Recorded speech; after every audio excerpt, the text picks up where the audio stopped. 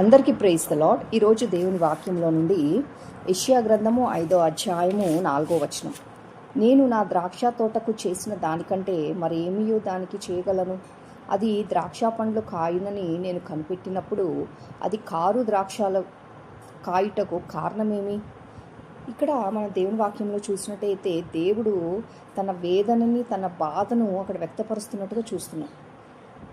ఈ యొక్క ద్రాక్ష తోట ఇశ్రాయేలు జనాంగానికి, యూదా ప్రజలకి సూచనగా కనిపిస్తూ ఉంది. ఇక్కడ దేవుడు ఇశ్రాయేలు ప్రజల మధ్యలో ఆ ఒక అరణ్యంలో, ఆ ఒక కానాన్ దేశానికి వెళ్ళే ఒక ప్రయాణంలో ఎన్నో మేలు, ఎన్నో ఉపకారాలు చేస్తూ వచ్చాడు. వాళ్ళకి ఎన్నో అద్భుతాలు చేస్తూ వచ్చాడు. వాళ్ళు సనిగినప్పటికీ, కొనిగినప్పటికీ, దేవునికి వాళ్ళు వ్యతిరేకంగా జీవించినప్పటికీ కూడా నా ప్రజలైన ఇశ్రాయేల్ అనేసి వాళ్ళతో నిబంధన చేసి, ఒక కవనెంట్ వాళ్ళతో చేసి వాళ్ళని ఏం చేశాడు? బలపరుస్తూ వచ్చాడు. కానీ ఈ ప్రజలు ఏం చేస్తూ వచ్చారు? దేవునికి వ్యతిరేకంగా విగ్రహారాధన చేస్తూ, దేవునికి దూరంగా జీవిస్తూ, అనేకమైన తన పాపాలతో వాళ్ళు నింపబడినప్పుడు దేవుడు తన వేదనని ఇక్కడ వ్యక్తపరుస్తూ ఉన్నాడు. ఇక్కడ ద్రాక్ష చెట్టు అంటే ఇశ్రాయేలు ప్రజల్ని సూచిస్తూ ఉంది. వాళ్ళకి నేను ఎంతగా చేశాను, మంచి ఒక ద్రాక్ష తోట చెట్టు తీసుకొచ్చాను, దాన్ని నాటాను, దానికి మంచిగా వాటర్ వేస్తున్నాను, దానికి కావాల్సిన ఎరువులన్నీ, ఫర్టిలైజర్స్ అన్నీ కూడా పెడుతున్నాను. కానీ ఇది ఎందుకు మంచి ద్రాక్షాలు కాయట్లేదు? ఎప్పుడు చూసినా కారు ద్రాక్షాలు, చేదు ద్రాక్షాలే కాస్తుంది దీనికి అనేసి దేవుడు ఇక్కడ తన దుఃఖాన్ని వ్యక్తం చేస్తున్నాడు.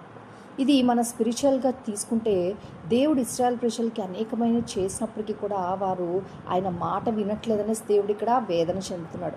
ఈరోజు దేవుడు సేమ్ ఆ క్వశ్చన్ మనని కూడా అడుగుతున్నాడు.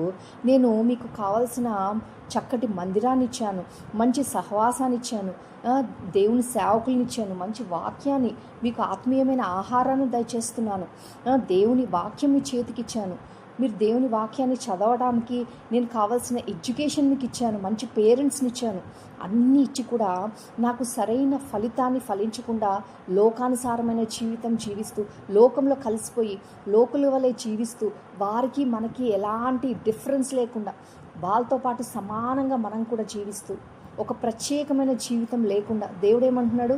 నాకు ఒక ప్రత్యేక జనంగా మీరు ఉండండి అంటున్నాడు. యువర్ ఎ పెక్యులర్ పీపుల్ అంటూ మీ అనేసి దేవుడు అంటున్నాడు. కానీ మనం ఏం చేస్తున్నాము? ఆయనకి వ్యతిరేకంగా చేస్తూ, ఆయన దుఃఖపరిచేవారుగా, యూదా ప్రజలు, ఇశ్రాయేల్ ప్రజలు దుఃఖపరిచినట్టుగా ఈరోజు మనం కూడా దుఃఖపరచట్లేదా? ఒకసారి పరీక్షించుకుందాం. దేవుని దగ్గర క్షమాపణ అడుగుదాం. దేవా, ఇదిగోనైనా నాకు అన్ని ఫెసిలిటీస్ ఇచ్చావు, కానీ నేను వాటిని యూజ్ చేయకుండా నేను లోక స్నేహంలో కలిసిపోయి నీకు దూరం అయిపోయినాను ప్రభా, నన్ను క్షమించు అనేసి నువ్వు దేవుని రోజు అడిగితే దేవుడు క్షమించడానికి సిద్ధ మనసుగా ఉన్నాడు. నీ దగ్గర నుంచి మంచి ద్రాక్ష పండ్లు అంటే ఆత్మీయమైన ఫలము ఫలించాలని దేవుడు చూస్తున్నాడు. ఆ ఫలాలు దయచేస్తానికి నువ్వు సిద్ధంగా ఉన్నావా? దేవుడు నిన్ను వాడుకోవాలనుకుంటున్నాడు.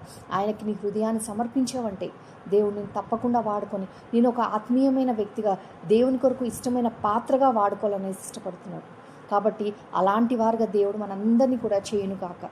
పరిశుద్ధుడానికి వందనాలకు స్తోత్రం.